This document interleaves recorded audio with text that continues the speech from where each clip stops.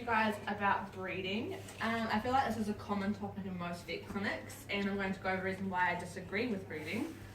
So the first consideration is time commitment. So vet visits, like puppies and mums, are going to have regular vet visits to make sure that they're all healthy, and make sure that the puppies are growing well as well. You also got to think about like supplementary bottle feeding puppies. If they're not growing very well, you may need to have to feed them, which means day and night feeding. It's not that fun. Well, it's fun, but it's very time consuming.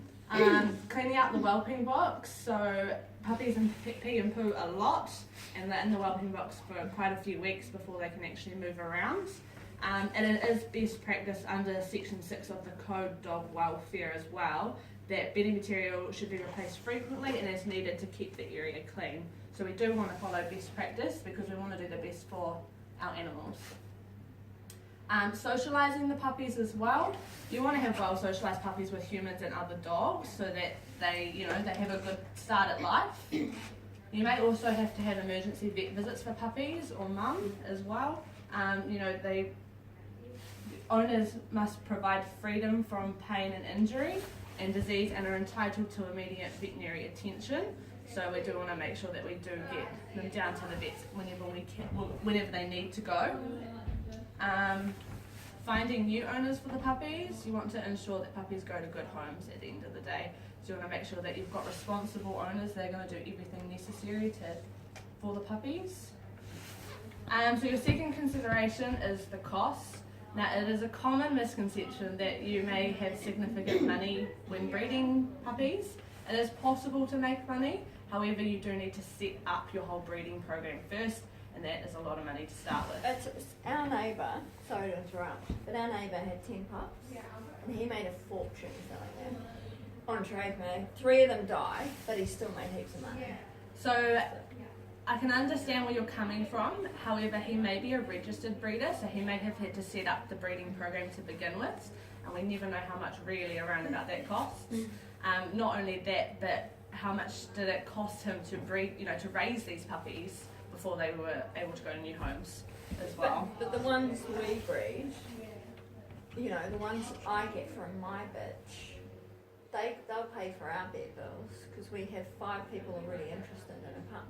That's a really good question. However, how do you know you're definitely going to have 5 puppies? You may not even have one. They may not be a very successful pregnancy, and you may not get to the end with 5 puppies for those 5 people. So you can't. There's also a lot of costs right at the beginning as well to set up your bitch to be able to breed. Make sure that they get all the health checks that they need. You might have an emergency cesarean, which can range between $2,000 to $2,500, especially if it's an emergency after hours visit. It's going to be a lot more than that. So yeah, good question, but just probably want to do a little bit more research about that.